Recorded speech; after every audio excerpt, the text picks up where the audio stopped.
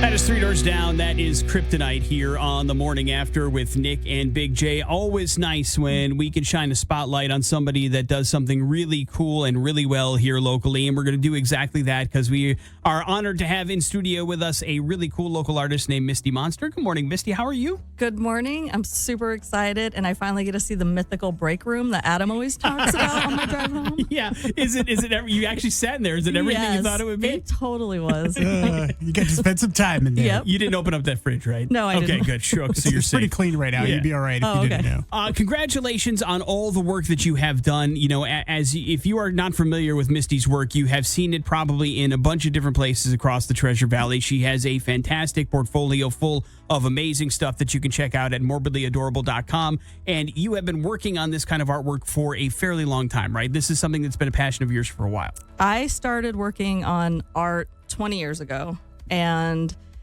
it was terrible, but I kept at it. Yeah.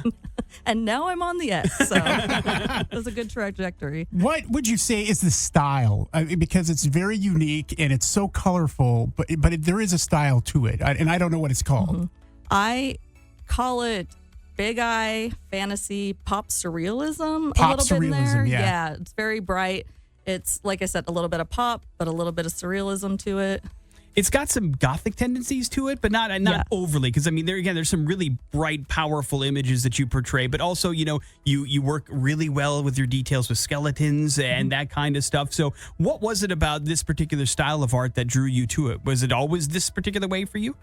So to go back to the gothic, it is, but I'm kind of a gateway goth. Okay. I kind of ease you into the gothic side, right? Okay. I lure you in with the candy, but I have always loved, I think Big Eye came mostly out of the 60s Big Eye art. I don't know if any of you had, your grandmother had the pity kitties or the pity puppies in the house that had those really sad big eyes that like looked up at you.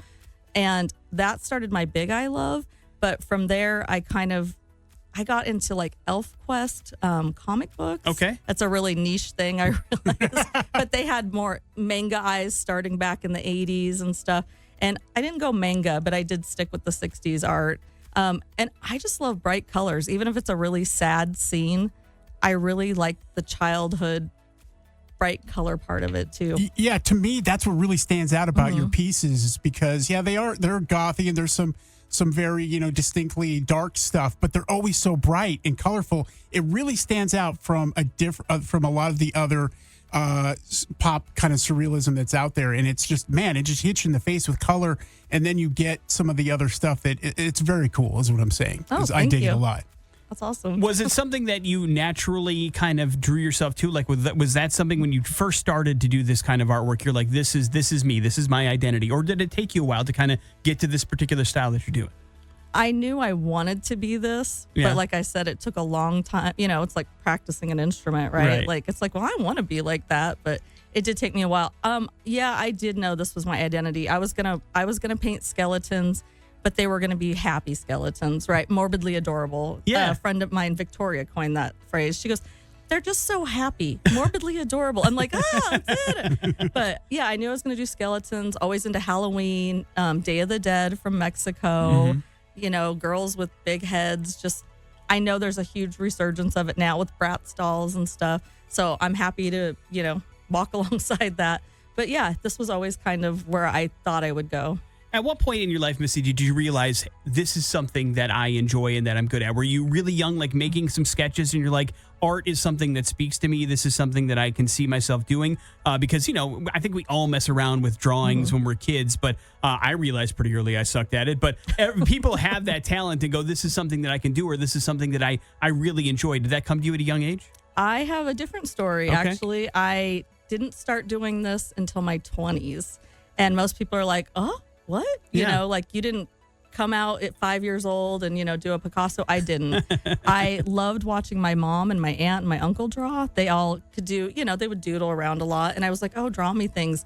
And then I felt I can't do that, but they do it well. And then at some point, I got into the ElfQuest. Yeah. And I was like, they are world building here. This is amazing. I couldn't quit looking at it, but I still didn't really draw. I would get like a pad and go, draw a hand and go, nope, not for me. Yeah. And then somewhere I went to college. I was going to be a veterinarian. I realized how horrible that would be, just, dealing with sick animals all the time. And I was like, you know what? I'm going to go to college for me. So I started taking art classes. It did not teach me this. It just exposed me to Studio 101 classes, right? But what happened is it told me just you have to be repetitive. So in my 20s, I just kept sticking with it. I started selling stuff on eBay. Right? Yeah. And it just kind of went from there. Like, I can't not do it now. So it's amazing. Yeah. And, I mean, there's so oftentimes when you're trying and you have your eyes set on what you want to accomplish and the frustration that comes with not being able to get there, that speaks to the true artist in you, because you continue to, function past that frustration, because it's got to be there. And, it helps teach you a lot. You can eventually see that through art too, when you get down to it. Oh, there are days where my artist friends say the same thing. They look at a painting and go, this is never going to be anything. This is the worst painting I ever did. I don't think this is going to resolve itself. But I finally learned that, I'm at this stage where I don't think it's going to happen. That means I must be getting close, right? Like, it's just over the hill at this point, because it always works out for me at some point, And there's a point where you just have to look at it and go, okay, time to move on. You've learned as much as you can. God, let's do the next painting. Teach us that lesson, Misty. Yeah, right. We need to know that one. Misty Monster joins us in studio. She is a fantastic local artist. You can check out all of her work at morbidlyadorable.com. You've done some custom work. You've done some work that you have prints for sale available there. Lots of stuff that you can check out. And, of course, you've got some upcoming projects that are incredibly important to you and passionate that you've been working on for a while. Let's talk a little bit about the cards. I am just finishing up a collection of 78 paintings. This is where people go, what? Yeah. 78. I'm on the last 2. It's for a tarot deck called the Morbidly Adorable Tarot. It is going to be published by U.S. Games. They're a major dealer in tarot decks. Awesome. They have been waiting a third of my life for this project to be finished. Well, 78's a lot. They're so patient. I'm going to finish that up. And what I want to do is have this, it's going to be next year, have a giant gallery show and tarot deck launch. So we're getting all 78 paintings framed. We're going to have the deck will be out at the same time. We're going to have costumes made from some of the characters in the deck, so people I know are going to be wearing them. We're having things made, like desserts and stuff made in shapes of the tarot. I'm hoping Morgan McCollum will videograph it. Like, shout out to Morgan. That's great. Yeah. And so I have like a committee, Dana and Crystal, working with me right now because it's such a huge project. So right now I don't feel like I have a lot to sell in the form of merchandise right now because the deck is coming. But right now I'm kind of selling the dream of let's make this the biggest thing that Idaho's done. Let's have this giant thing. It's going to be at the Riverside Hotel. They have that second floor where they do the Water's Edge Gallery. Yeah. They're already in on it. I have some businesses that are like, let us help you too. So if I can just keep building that groundswell, this party's for everybody. If you're in Idaho, outside of Idaho, point of maybe getting Morgan to film it is we can live stream it. Like, I want us to show up, right? Like, this is what Idaho does. It's pretty awesome. And it's a big undertaking. And you said you've been working on it for a while, which you're taking it seriously. And it's already great that you have a distributor. So this thing is going to have an audience. There are going to be people out there that are going to look at it. And it's really awesome that all of that work and all of that beautiful stuff comes from Idaho. And it's nice to have you kind of, I guess, throw up that flag as well and go, hey, we can do it here as well, which is really, really nice. You've talked a lot about making paintings. Is that the canvas you like to work with the most? Do all of these start as paintings and then kind of work their way into the print form? Or do you start with sketches and then move on to canvas? What's your preferred way of putting these things together? Well, I paint in acrylic on canvas, and I am terrible at sketching. I know that sounds weird because it's like, well, aren't you good at drawing and painting? I honestly just paint some splotches down, kind of make the shape of a head, and I'm like, well, there's going to be a face there eventually. It's like a friend of mine once described it. It's like you have a very out of focus portrait or a photograph, and you slowly bring it into focus. So as I'm fine tuning it, the eyes start to form, the mouth starts to form. So it kind of comes together that way for me. And then prints are just kind of an inevitable thing where it's like well, people want to buy something, let me make a print, That makes sense. Yeah, very cool. And in this case, right, because I'm trying not to sell these. Right. Because I want to show them first. Prints are the best way. There you go. That makes sense to me. It does. And if people want to help out with the deck or want to help you out in any way, support you in any way, what's the best place to do that? Oh, okay. Yeah, well, plug away. First off, my website it's been the most neglected, I will say, because I've been working so much on the tarot. It's next. But I am literally doing a GoFundMe at Morbidly Adorable Tarot, or just look up, tarot. And I was a little hesitant to do a GoFundMe at first because it's kind of become our people that have emergencies or things like that. But they have a whole creative community on there as well. And it seems like it's the best way to reach anybody, right? Anybody can go find a GoFundMe account instead of me doing an obscure artist, website and be like, try to find it here. So yes, please, GoFundMe.com, Morbidly Adorable Tarot.